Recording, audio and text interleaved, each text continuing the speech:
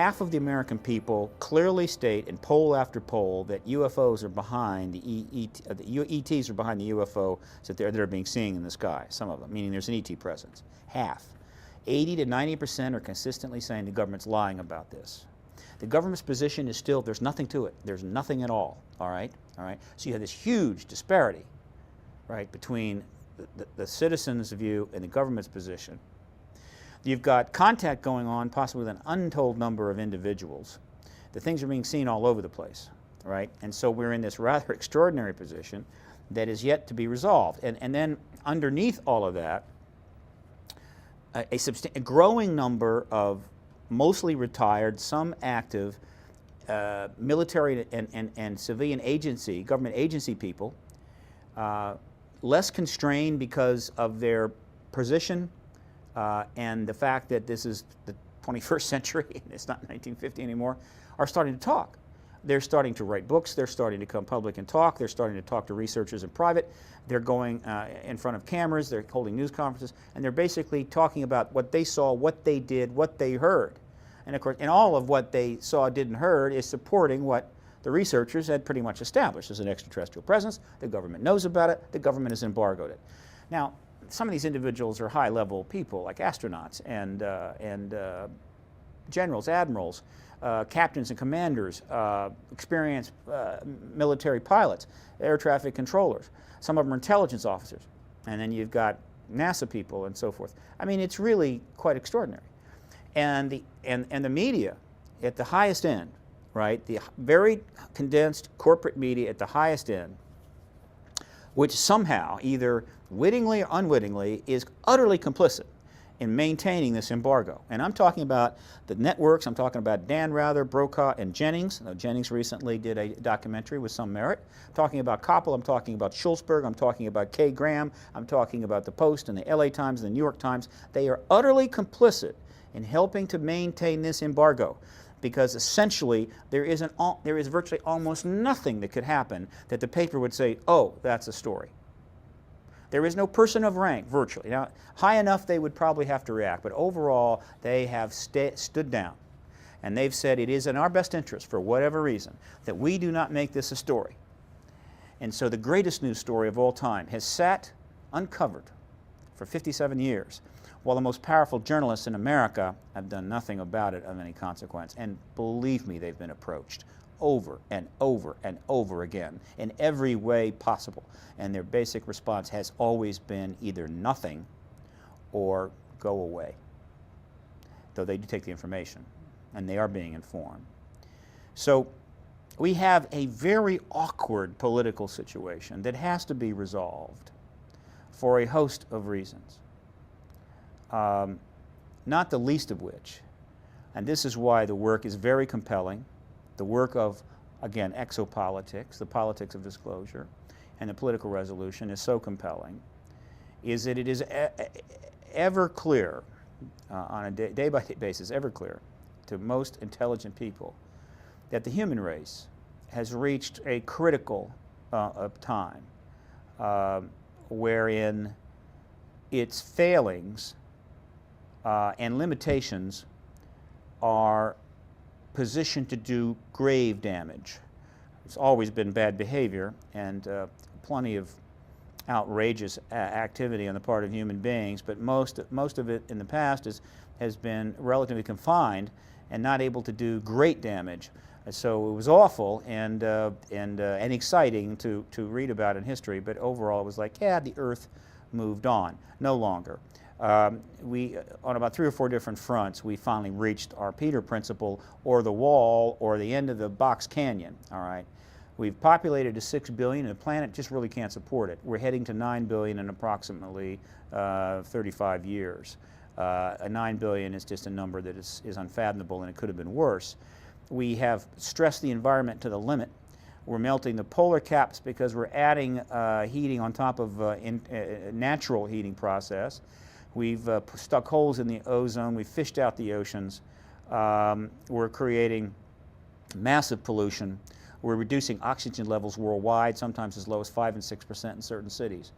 We're creating emerging diseases. We have a massive cancer epidemic worldwide that is eventually going to reach 50% of all people will have cancer. And of course, the lack of the inability to feed and house and clothe the human race, particularly children, is producing horrific numbers. The most famous one, the one that's being heard more and more, is that depending upon the weather conditions in a given time, between 20 and 30,000 children, it means humans under the age of 16, simply die every day, every single day. 20 to 30,000 a day, all right, die, because either they don't have enough food or they have diseases that are related to their malnutrition or exposure to the elements. This is an unbelievable number. Now, if I were an extraterrestrial, looking at the Earth objectively, much in the way that a society or a local neighborhood society would view objectively a family. Imagine a family of 10 children where the husband and the wife, legally I might add, spend virtually all of the money in the family on guns, gun publications, joining membership in gun clubs, going on hunting trips and whatever, and do not spend any money on food, so that the children, maybe 4 or 5 of the 10 children, starve to death because they just don't feed them. They spend all the money on weapons, which is their hobby. What will we do? Well, we'd take the children, the remaining children, away from this couple. We would then try the couple in a court of law and send them to prison. Well, from an extraterrestrial point of view, that's exactly what would happen to the human race. Our children should be taken away from us, and we should all be tried in some sort of galactic court of law. We don't take care of our children because they die every day because we don't have enough food. Oh, we could technically have enough. So all of this disease and suffering is generating political upheaval and terrorism and radical groups fighting for territory, fighting for acknowledgement. And these groups are creating massive social upheaval. Meanwhile, we have refused to deal with the consequences of our technology. And so 14 years after the end of the Cold War, there are 20,000 nukes out there, an untold number of unknown nukes, including mini nukes and suitcase nukes, and biological properties and entities and laboratories, none of which has really been truly secured in a way to absolutely ensure it would never get in the improper hands. And so now, as our own governments admit, we are on the verge of some major asymmetric events where terrorists are going to nuke cities, they're going to create massive biological havoc. This is insanity, all right? This is insanity, but this is the 21st century that we're headed for. An overpopulated world of massively degrading environment in which the worst of our technologies are in the hands of even small groups run by fanatics. And overall, we're not even beginning to deal with it. About the best we can say is that we're starting a program in which we hope we can kill off all the people we feel are a threat. But in fact, the political, environmental, and social circumstances are generating such terrorism and terrorists and other disaffection at a great many times more than we can possibly eliminate through old paradigm methodologies. And so the 21st century is poised to be a first-rate, grade A, prime, consummate catastrophe. And as we begin this century, we have a situation in which there is a massive hole in the worldview of the human race. There is no global formal acknowledgement of the fact that not only is the human race not alone, it lives in a galaxy that is teeming with life, multiple civilizations, and many of those civilizations are already engaging the planet. And so the perspective of people is insufficient. It is inadequate. It's incomplete. And they're unable to view the planet in the proper perspective. They can't see themselves as a species. They can't see the planet as a highly prized, unique, and special place. They can't see the wisdom of shepherding this planet. They can't see the wisdom of getting along in sufficient quantities to get along. And that's understandable, right? War after war after war has been fought in the 10,000 years since the rise of summer, post biblical, post the catastrophe that we know about 12,000 years ago, primarily by feeding a sufficient number of lies to a populace of one sort or another, so that they would, under this misapprehension, go out and kill somebody for some reason. I mean, we've been doing it over and over again. When you don't have the proper understanding of the truth, if you don't understand the world as it is, then you are easily duped into whatever nonsense venal leaders will do. And we're in that same position. And it gets even worse, because there is a mounting evidence base that in the black ops dark world that is the basement of what I call the secret empire, which is the intelligence wing of the military-industrial complex, meaning the totality of all of the classified programs, people, and documents, all of the agencies, intelligence agencies, and all of the classified segments of the major government contractors, which are vast. That's the secret empire. It's vast. It's bigger than the Roman Empire. And in its basement, there are things going on which we cannot even fathom. All we get are little hints on occasion, right? A vast underground world, literally underground world, in which programs, experimentation, and even policies are being conducted. And there is some sense that a military position and potential aggressive position with respect to these extraterrestrial entities is being created. Now, is it right or wrong? We don't know. Is there oversight of this? Not even close. And so, essentially, we have an evolving, right, exopolitical reality being created literally in secret, with entities that are not even acknowledged, at the beginning of a century that poses dramatic and draconian problems for the planet itself and for the human race. This is completely cockamamie. No sane political scientist, no sane analyst, policymaker whose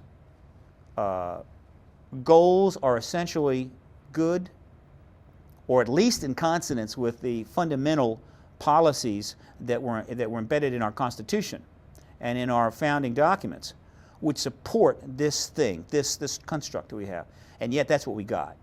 And so it turns out that the extraterrestrial issue is a door into, hopefully, the political resolution, not only of the reform of the secret empire, but the end of this truth embargo and the opening up of critical important knowledge to the human race at a time they have got to have as much information as they can. I think the world literally is at risk here. I think that the Constitutional Republic of the United States is at risk here. And what needs to happen is the political movement, the number of people involved, the amount of money being put into the structures to pursue these issues has got to become appropriate to the importance of the issue, and we are not there yet. My job is to help us get there.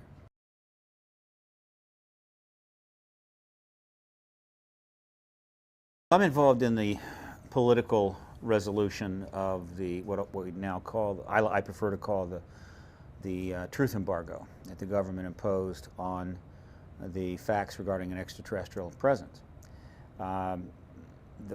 That presence has been established, I think, many times over by the citizen science research that's been going on since the 40s. The government did studies, but they were primarily for show. And the issue, from a government standpoint, has been managed very intensely since '47, at minimum. Managed in the sense that the government was going to deal with it, but deal with it within the national security structure and never acknowledge that there's anything to this. But in fact, there is. I mean, we are being engaged as a planet and as a species by other beings, possibly multiple species. This has just been proven beyond any doubt at all. Anyone who reads the research who isn't compromised by being either an idiot or in the employ of the government management of the issue can only arrive at one conclusion. The evidence is overwhelming.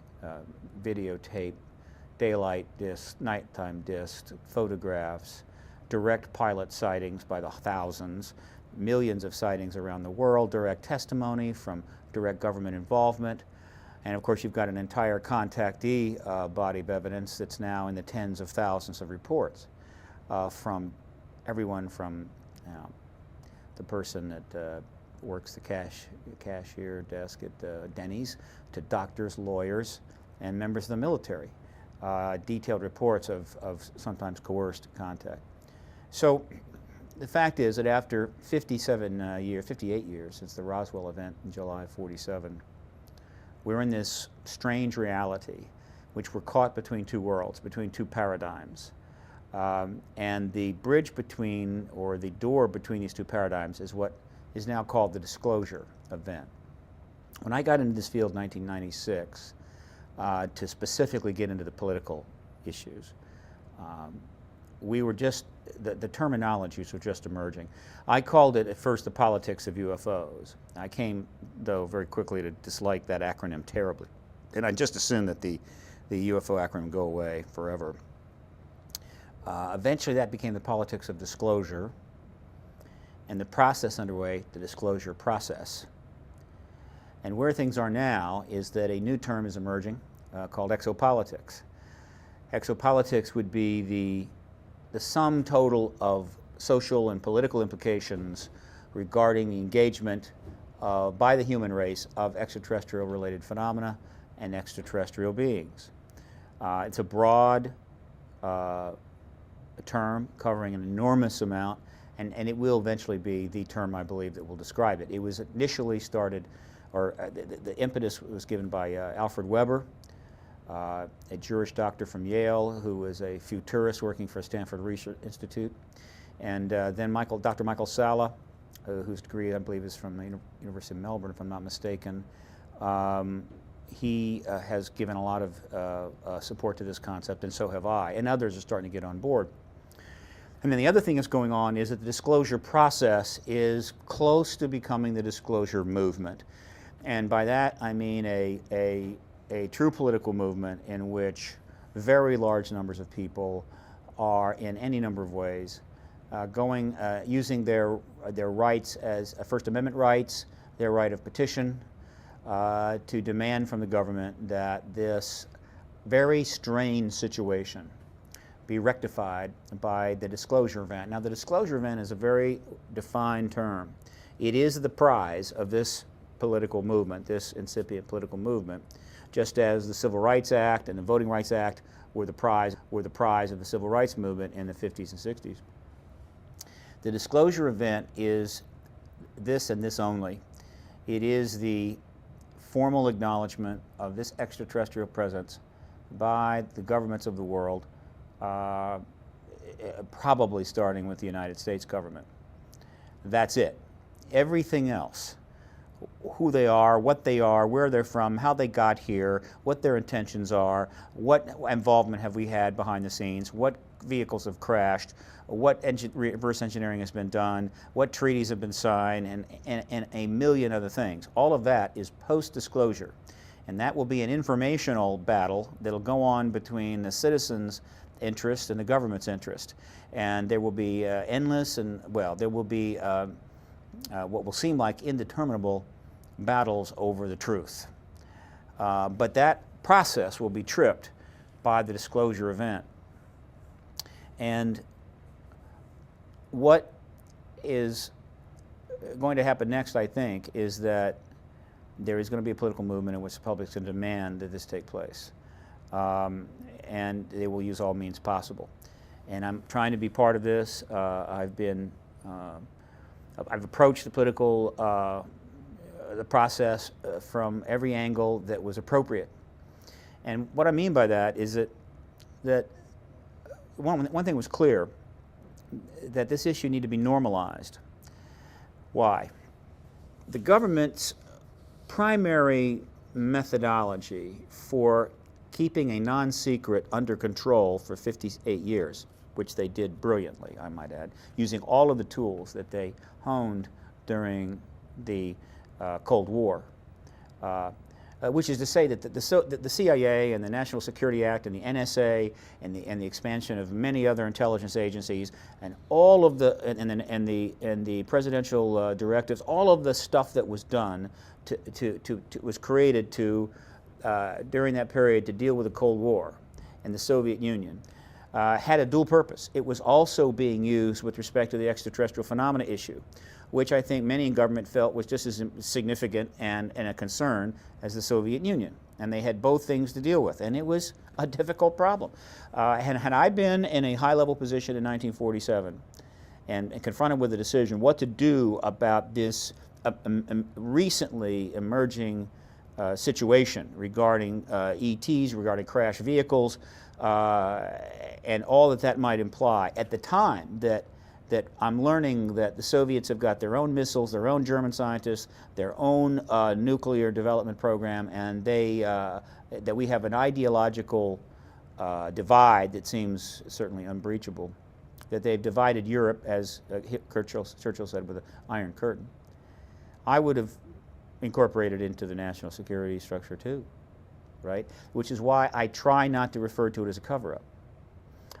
First of all, I don't like UFO, the acronym, and the cover-up is not the proper term, so I definitely don't like the phrase UFO cover-up, though I will occasionally use it. Why? Because cover-up implies that there has been an effort to conceal fundamentally illegal activity. And I do not believe that the suppression of the extraterrestrial reality from the American people and the world's people in the 40s, 50s, and 60s was illegal. Now, as it happens, some illegal things were done, I think, it served that fundamental goal. But that doesn't mean that the fundamental policy was illegal. And so it wasn't a cover-up, it was an embargo for national security purposes. And what happened is that over time, the wisdom, the justification for the embargo began to erode. And the benefits of the truth began to increase. And so you just sort of had this transition from a clearly defined policy that was justified in the 40s until the 50s and the 60s. Of course, in the 60s you had plenty of trouble. I mean, we had the Cuban Missile Crisis, we had the Vietnam War, we're conducting warfare right near the Chinese border.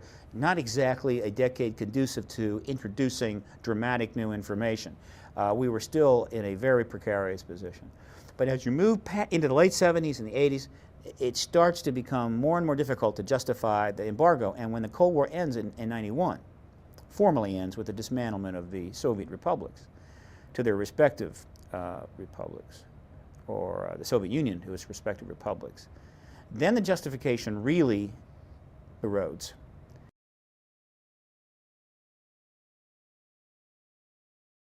There are a number of individuals and groups that are trying to pursue the resolution of the ET UFO truth embargo. And I will speak to what I've been able to do, but I'm not alone here. I started in '96. I founded the Paradigm Research Group, which is the main organization, and it's based at paradigmclock.com on the internet. The first step was to register as a lobbyist for a number of research activist organizations with these interests. And it was a deliberate act, and it was the first time that anyone had ever registered as a lobbyist for these issues. And that was immediately noted by the political press in Washington, D.C., and resulted in some substantial media coverage, including a cover article, a business section front page article in the Washington Post. I'm still a registered lobbyist and still the only one 9 years later. About a year and a half after that, I then founded the Extraterrestrial Phenomena Political Action Committee, XPAC, X-PPAC, which is based at x-ppac.org on the internet. It was the first political action committee ever formed addressing these issues, and it has raised some money over the years, not nearly enough, but it's there. And it has a mission statement, and it talks about the things that can be done. And again, this is part of the normalization process. These are the things that would normally exist for any issue of importance, and the fact that they didn't exist was inappropriate and might lead one to think that, well, there's really no issue here. There's no lobbyist, there's no PAC. I then continued to do activism of the standard type, lobbying political media, lobbying on the Congress, sending a lot of information out to Washington, the right people. And then the next step was in 2002, I made a decision to try to bring the thing into the congressional race in Maryland, 8th District. This was a calculated move. The goal was to get involved in that particular race because it was a very, very well-covered race. It ended up being the most expensive congressional race of the 2002 election. Connie Morella, a very nice, very competent 8-term Republican, was running against a group of Democrats. Well, there were a group of Democrats in the primary, including Mark Shriver, who was a member of the Kennedy family. And so it was getting a lot of attention. It ended up being a race between Morella and Chris Van Hollen, a very fine Democratic state senator, who won, believe it or not. And my intention was to inject myself and this issue right into that campaign and get attention. But to do it, I had to get on the ballot. Being in the primary is of little consequence. And so I registered as an independent. And a group of volunteers went out in very, very hot, humid conditions the summer of 2002, gathered 5,000 signatures, and we got on the ballot. It was the first time that anyone has been on a congressional Senate ballot in November talking about the extraterrestrial issue, talking about exopolitics.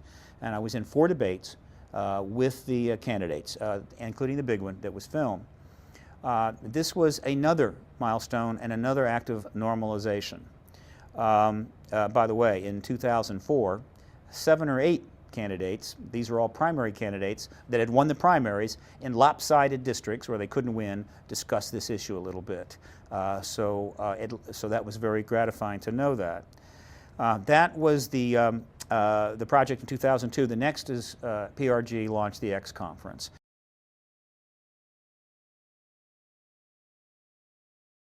The X Conference, the initial X Conference launched in April of 2004 was a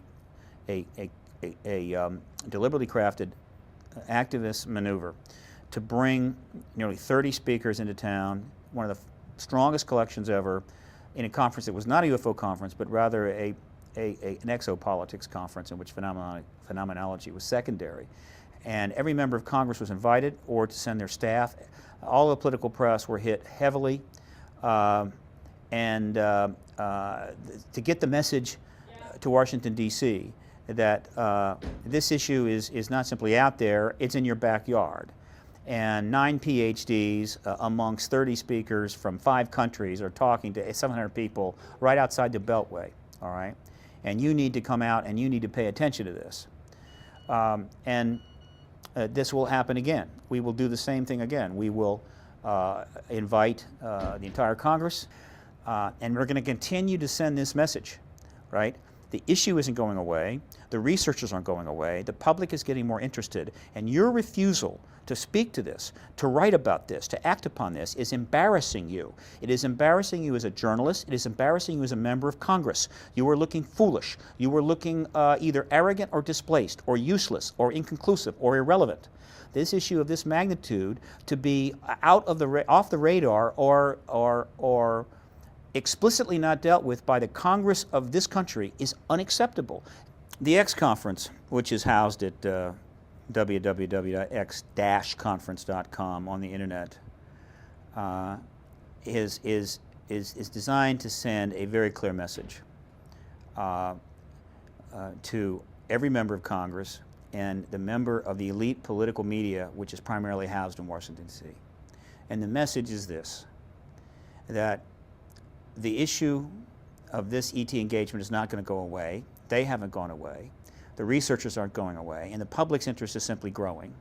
They're going to meet in larger and larger groups, including in this town. And they're going to learn more and more while you sit on your backside doing nothing.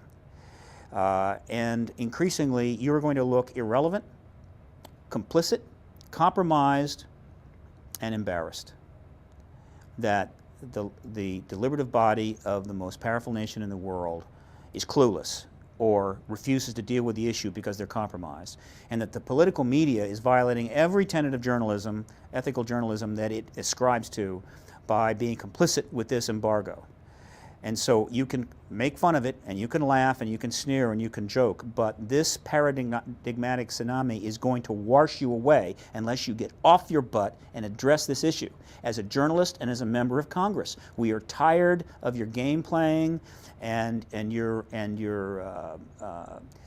kind of vacuousness about matters of great importance. We're tired of you believing that simply getting elected is enough, and that afterwards you should be left alone to get your salary and your perks and your FaceTime on the television shows, but when major issues are needed to be dealt with, you don't want to be bothered.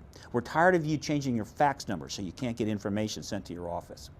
And we're certainly tired of the political journalists standing down on this, particularly the Washington Post. So the X conference, as long as I can continue to hold it, will be designed to punch that message through the beltway into the core, of the leadership of this country. The management of the extraterrestrial truth embargo is scattered a bit, but I think a good deal of it still is in Washington, D.C. And so they hear these things. I have had meetings in town where people who are pretty well connected have told me flat out that there's an extraterrestrial presence. I've had intelligence officers tell me that. I've had scientists tell me that. Astronauts have said this, some in private, okay? And so you have this ridiculous sort of almost tabloid reality where you can go to a cocktail party and find out there's extraterrestrials engaging the planet, but you can't find it in the Congressional Record or the Washington Post. This is ridiculous. And it makes us look stupid, particularly to other governments like France and England, right, and Mexico and Belgium, and even to some degree Russia, right, who look at this great power, who clearly they've deferred to on this issue, make a fool of itself. And that's the only way you can describe a situation where 90% of your own citizens say you're lying about something, 50% believe something is true and you say it's not, and nothing is done to resolve it. Any other issue had numbers like that, there would be a political firestorm going on. It would be hardball 2020 and the O'Reilly factor 724 on the issue until it was dealt with. But this issue, no. It's in suspended animation, hung above an intellectual ghetto created by the government to contain everybody inside the walls of ridicule so that they can continue to do their thing and not be bothered. That is going to stop. It's going to stop because a movement is about to begin that will end it. It will be the politics of disclosure. It will be an exopolitical movement to get this truth embargo ended. Conferences like the UFO Congress, the X Conference, the Bay Area UFO Conference, the NUFOC Conference, the MUFON and MUFON Symposiums, the Crash Retrieval Conference, and 30 others. The American people will have to engage the politics, as I have and others have, and they're going to have to say that we're willing to put $100 million into environmental activism, we're willing to put $40 million into dealing with immigration issues, we're willing to put $10 million into WTO activism, right? How much are we willing to put into ending the truth embargo about the greatest information the human race has ever learned about? So far they've put in basically zero.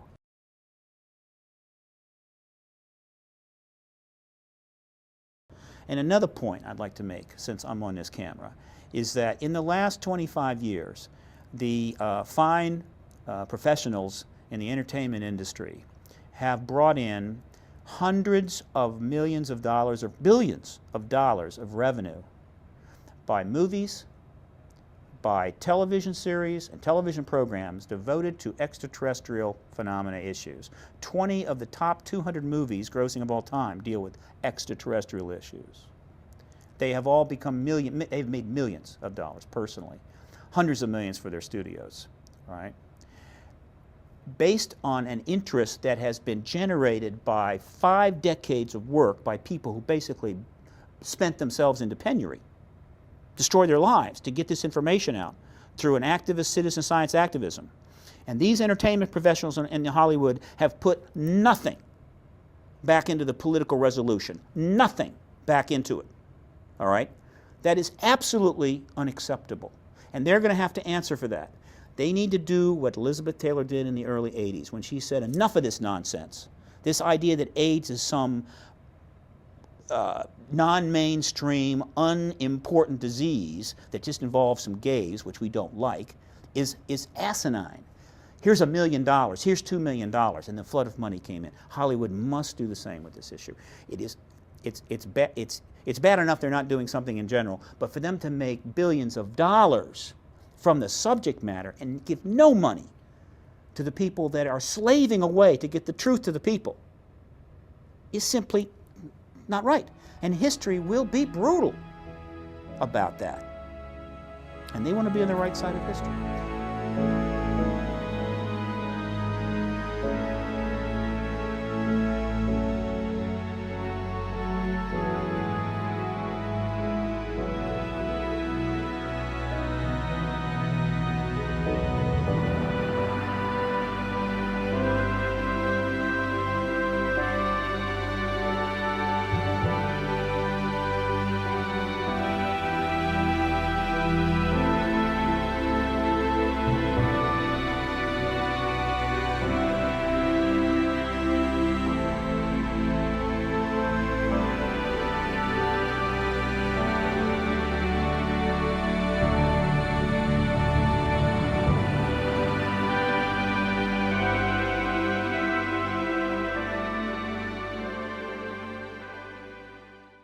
Yeah, I'm Travis Walton, and here to do a little interview with you.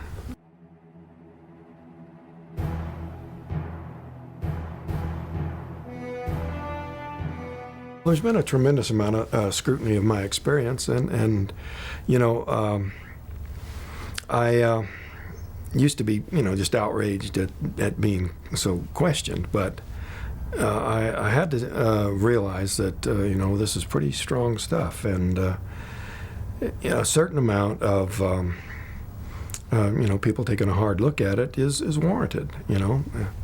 I agree with Carl Sagan when he says extraordinary claims deserve extraordinary evidence. So that's fine. It's when people draw conclusions about the subject in general, or about my case in particular, without having referenced the facts or all of the facts of the case, that I really take exception. You know, I think it's anyone's duty, you know, in examining any topic that, of any importance in today's world, to first get the facts. You know. And everybody's free to blather and blab out their opinion as they want. And the internet has made that abundantly clear. People are out there saying whichever and whatever. But, you know, there's a certain social responsibility that we all have to know what we're talking about before we open our mouth. And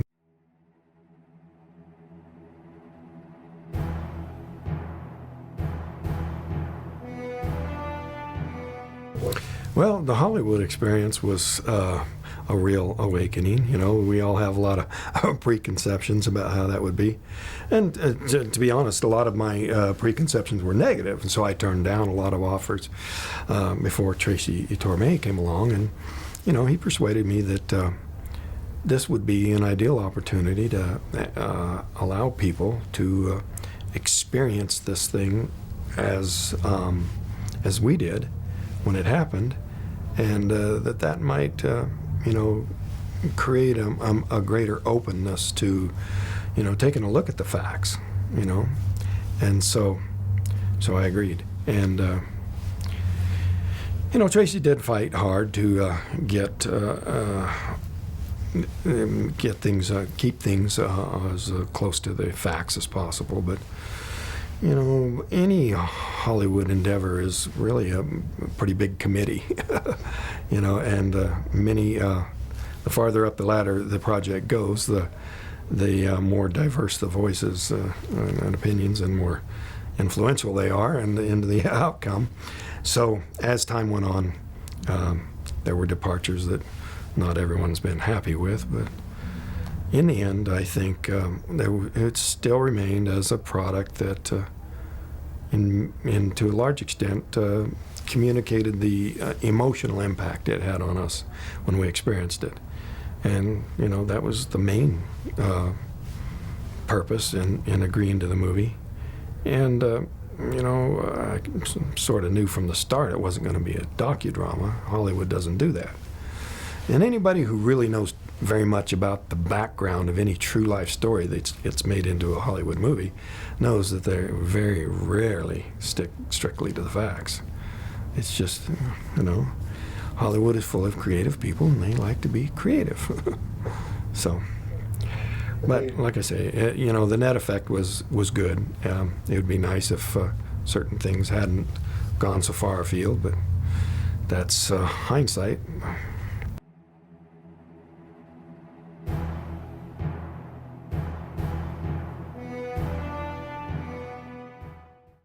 Well, looking back on the experience, in a way, it was such a shocking and anomalous thing in my life that it just stands out as, in some ways, it seems like yesterday because it just loomed so powerful in my life. But I just have to keep reminding myself from time to time just how much time has gone by because, you know, it's 34 years this fall, and wow, that's a long time. And yet, so much of my life has been determined by that one decision to get out of that truck. And I definitely, if I had it to do over again, would not get out of the truck. And that's not to say that I view the ensuing events as 100% negative. It's just that, you know, even finding some positive things that came out of it all, that sort of knowledge, insight, and understanding was gained at a pretty dear price. So I'd rather it hadn't happened, actually. Well, it would be nice if somehow this could be turned into something that would have a really positive effect in promoting, you know, understanding and, you know, just betterment of humankind. I'm sure that's a goal everybody would want.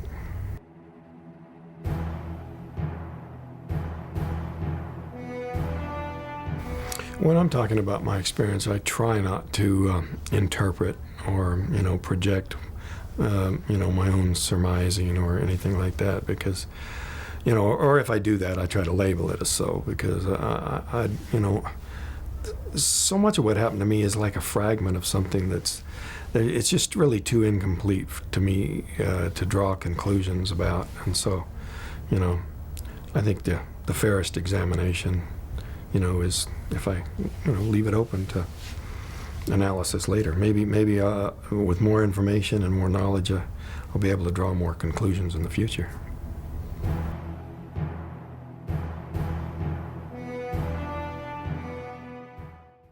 From the time I got out of the truck and you know, left the crew, you know, they were yelling at me to get away from there. You know, it was a rather impulsive thing to do, and I was regretting it almost as quickly as I did it. And the things that they were saying and the feeling of impending danger, you know, even some of the guys in the truck said that it just felt like something was about to happen, you know. They just had that feeling that of something impending, you know. And I don't know, I guess I had that feeling too, and I really slowed down as I approached it and had a lot of misgivings about what I was doing. There was a kind of a weird feeling in the air, which may have been some sort of staticky electrical field or maybe magnetic or something. But at the same time, the sound was just extended off of both ranges, the high and the low of human hearing, you know, to where the lows were something you really felt more than heard, and the you know, the highs were kind of like something that was like inside your head rather than coming through your ear. It was just such an intense sound and with a wide range of frequencies there. But the men in the truck kind of felt a vibration that you know, seemed to shake everything. And maybe that's what contributed that feeling that something was about to explode or something was about to happen. And it may have been nothing more than just a buildup of electricity or some sort of charge of energy of some kind in this craft, that when I raised up and created, narrowed the gap between my body and it, that being the closest thing there, caused this discharge that injured or did whatever to me. You know, some people speculate that the reason I was kept so long was that maybe they were just, you know, took that long to repair the damage, you know. But I don't know. You know, some people think it was a deliberate shot and that they, you know, did that for the purpose of taking me. But I really do think it was more being in the wrong place at the wrong time, or doing the wrong thing at the wrong time by getting too close. Yeah, interest, or at least obligation of some kind, you know. If it was unplanned and it was just something that happened because of my unexpected approach, then that would explain it. But you know, how much planning or deliberateness it was on their part, I guess there's a part of me that just prefers to not think that there was anything, you know, that I was set apart or chosen in any way, because, you know, that might mean that it's not over or something. And I like to think that it's definitely 34 years in the past.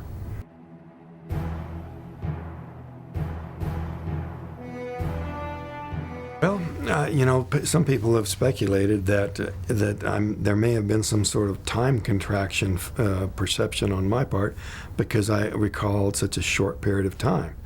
But then on the other hand, it might have been just that I was unconscious most of the time, and became conscious either shortly after I was brought aboard or shortly after I was let off. Or somewhere in between, and that maybe, and then another possibility is there was conscious parts that I can't recall, you know, during that 5 days. But that would be disconcerting if that were the case. I did have some pretty vivid dreams at one period, you know, right after the movie came out, and I was doing a lot of talking about it again after so long. Not that it, you know, was bringing a lot to the front of my mind, and maybe that's just what inspired these dreams. I had some extra vivid dreams that were different than my memories, but you know, could have been just dreams. Oh,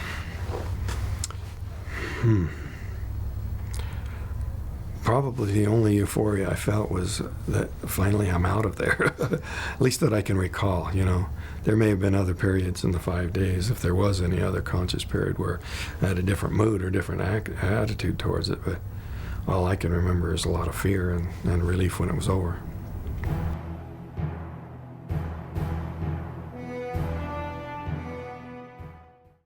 Well, you know, a lot of people that have experiences of this sort, you know, report, you know, feeling like they're on a mission, or they, you know, chosen for some important destiny, but, you know, I haven't come to that conclusion. I do feel that I you know, just do have an obligation to try to make it something that's as beneficial to my life and to the lives of those who hear about it as I can, but I wouldn't really call it a mission. You know, it's just, you know, comes with the territory. You know, I have a unique perspective that I need to share, and it only goes so far.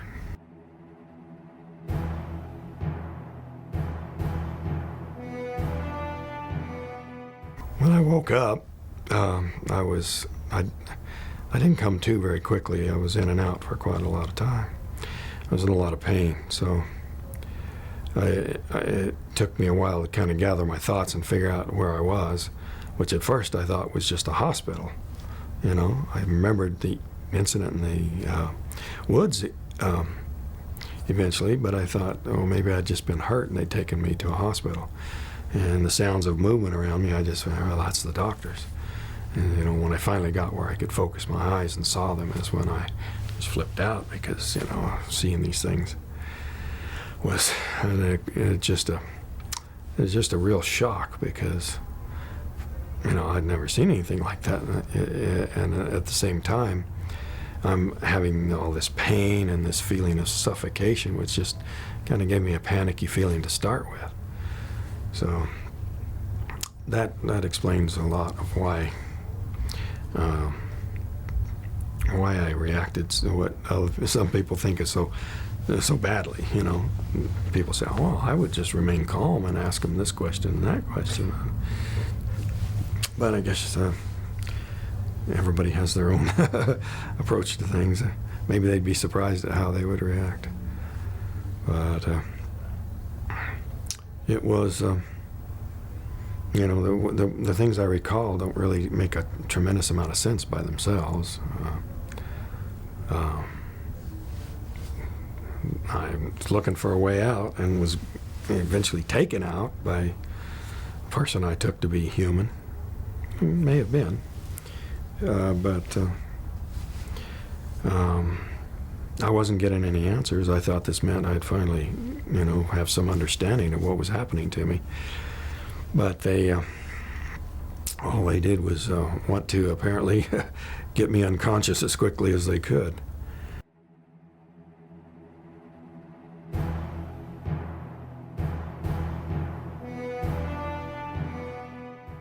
There was a room in which there were points of light against a dark background. Now, I don't know whether this was like a planetarium where you're projecting points of light on a dark surface, or if this was some sort of a device of projecting a view of what was outside the craft at that moment. But I do know that when you moved the controls on the chair, it could cause the pattern to move. All the stars moved in unison.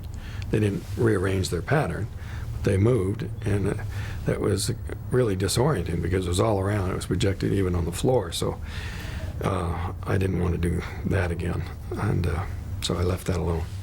But I don't know if I'd call that a star map, but it really seems like, why would anybody need that, you know, to me? It seemed like if they were more technological, maybe it would just be nothing but a bunch of numbers. I don't know. It looked like a very direct sort of control of that craft. And open a door, and some of them didn't seem to do anything. But they lighted buttons. Just there were a button, you know, I'd press. And there was a screen there that there were black lines on it, long black lines that covered the entire screen from one end to the other with little segments on them. And they would change angle and sort of move, but there was no symbols, no reference. So why would this line need to slide up and slide like this if there's no symbol to designate where it is? But the buttons seemed to change that. So I don't know, maybe it was what was enclosed by that had meaning to them. But there was no symbols, no letters, numbers. Kind of a funny thing there, but I, you know, kind of my better judgment was to stop messing with that. I could make things worse for myself. So it was with great relief that this human-looking individual came in and took me out of there. No, you know, I ran up screaming, you know, babbling all kinds of questions, but I, you know, wasn't getting any response. It wasn't like it was just robotic or anything. It was a little bit of maybe wincing when I was yelling or something, and a sort of a faint smile, but very little reaction. But it was like more of a subdued or suppressed reaction as he took me out of there. It wasn't unkind or hostile, but it wasn't real encouraging as far as getting any information out of me. But I figured maybe he'll tell me when we get out of here. Take that helmet off, whatever. But the people who were dressed like him that he left me with weren't any more informative. They didn't answer anything. No sounds. It's almost like they didn't want to, you know, to have the most minimum kind of interaction that they could with me. Because they were hiding something, or because I was in such a crazy state, I don't know. But that's the way it seemed to me. But I was just glad to find myself outside the craft and in more familiar surroundings. And, you know, I wasn't regretting having not solved any mysteries or anything. I just wanted to be out of there and back home as quick as I could.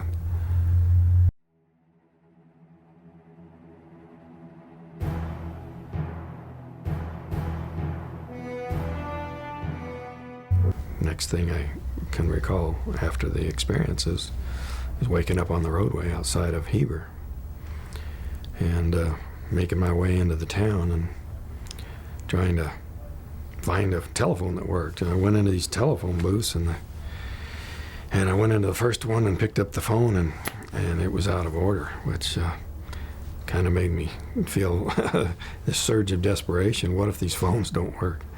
But the next one did work. And the interesting thing is that nowhere on the mountain in any of those towns around there are there any more phone booths. But those phone booths are still there. They're kind of like been preserved all this time because the telephone operator listened in on the call and then knew for a fact that, the report came from there. This is an answer to the skeptics' charges that I was really at my mother's house in Snowflake or some other place. But, the sheriff found out from the phone company that that call was made from that phone booth at that time. So we have a row of phone booths there, and he were the only ones left on the mountain. Well, at that time, you didn't even have to have a coin to talk to the operator, and so you just pick it up and dial O, and you can talk to the operator. They can't do that now because they would be kept constantly busy with people taking advantage of that. But that's the way it was at the time, so I made a collect call to my family, and operator listened in, reported it to the sheriff, who sent a man right out there who got there right after my family did, and picked me up and took me back to Snowflake.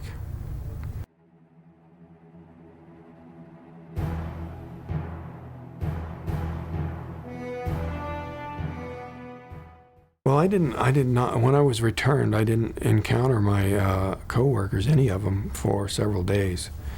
My brother had become extremely concerned about my welfare because of the mob, the circus that was going on in town, the intrusions, and of course some of the phone calls were kind of sinister too. There were some warning calls about people that, there was a woman who was a nurse who said there was a elderly couple who had had an experience like this in a hospital where she worked, and when she went off shift, they were there, and when she came back, they were gone, and all records were gone too. And everybody was saying, "No, what are you talking about?" So, they said, she said, just be aware of that. And then this other guy called. He said he was in the CIA, and again warned, don't let him, just be handed off to the authorities. So my brother took that to heart and kind of kept me away from everybody for a while, for a few days, which naturally upset the sheriff, but it also kept me away from my coworkers, which had me doing a lot of reality testing. These people are all saying I'm crazy and acting like I'm crazy. I didn't have their corroboration like it would have been if we'd have said, yeah, we went through this. It would have been a lot easier for me to not do this reality testing and say, do more coping with what happened than wondering whether it did or not. Every authority figure around me trying to tell me, no, it didn't happen, and everything in my mind told me it did. So when I finally did meet up with the rest of the crew later, it was very helpful. And, as time went on, more of the outside evidence, independent evidence, came back to me. A lot of it was kept away from me, things the sheriff was aware of, and things that went into his file that, people who were in the area, hunters and campers and people who had seen things that he was aware of, he never told me about. So, as time went on, it got slowly better, but it's something, the trauma of which has just never completely left me, and there's still a certain amount of coping to do, even to this day.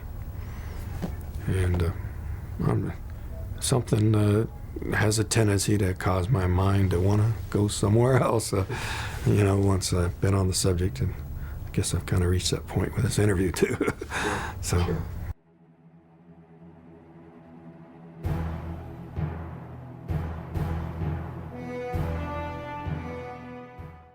people who have had similar experiences or recall having had such experiences will ask me, what should I do?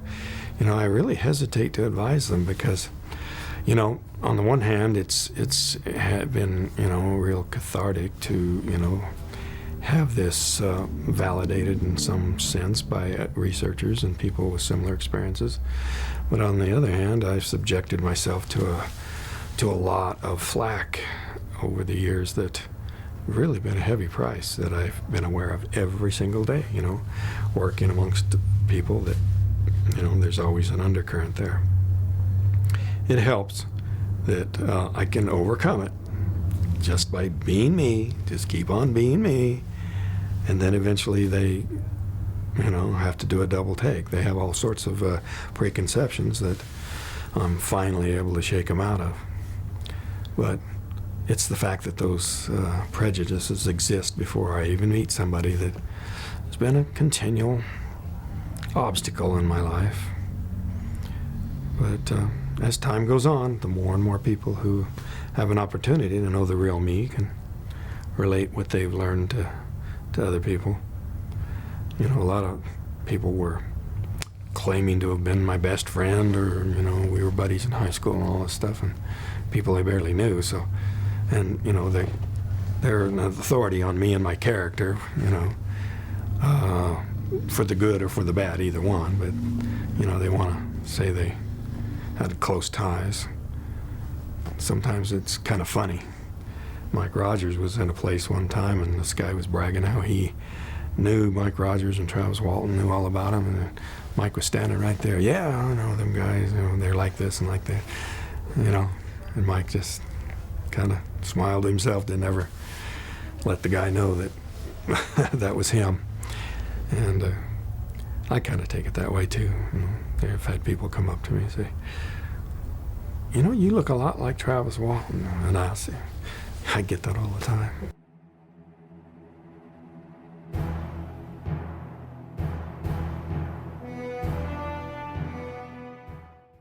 Yeah, it's something I try to live a normal life, and as far as the family is concerned, I just don't let it dominate the topic all the time. It's not like it's some hush-hush or taboo thing, but we just try to live our day-to-day lives without dwelling on the subject. Well, having gone through what I've gone through in my life, it gives me a kind of unique perspective at a dear price, but I think I've gained a lot of insight. It's sort of like being on the outside looking in some ways. I've gotten a lot of insight into people, human nature, how our minds go through some real backflips when confronted with information or evidence that we don't want to accept the conclusion to which it's leading us. So I think we could all use a little more maturity in that area, that we're just willing to let the facts direct us to whatever is. I've gained a lot of insight about the so-called experts. That in many ways, there's some people who have a lot of inside information, but they're not necessarily the ones that are ostensibly in control. On the face of it, the people who we take to be our quote leaders are just really figureheads that are just riding the same wave we are. They're this train's barreling forward and there's nobody driving. But, each of us have our own ability to sort of direct things if we quit adopting the attitude of let George take care of it. We all have a certain responsibility to try to shepherd the truth when we can and do our part. We might not be able to affect everything and everybody, but for our part, it's better to be part of the solution than part of the problem. And as I was discussing earlier, I've come to realize that in the field of ufology, in this general topic, that there's a real unevenness in the quality of the investigative procedures being followed. And I think it would be very helpful if there were some sort of a guideline or set of guidelines that everyone agreed on would be the proper way to conduct an investigation or to evaluate a given case. And so, you know, having gone through this directly, I think that I might even take that upon myself, not just to be the sole author of these, you know, suggestions or guidelines, but maybe to, you know, take the input from as many investigators as possible, and maybe correlate these into and digest those into a coherent whole, and then put that back out to these investigators for critique, and in the end maybe get some consensus on the best way to you know, investigate and evaluate various cases as they come forward.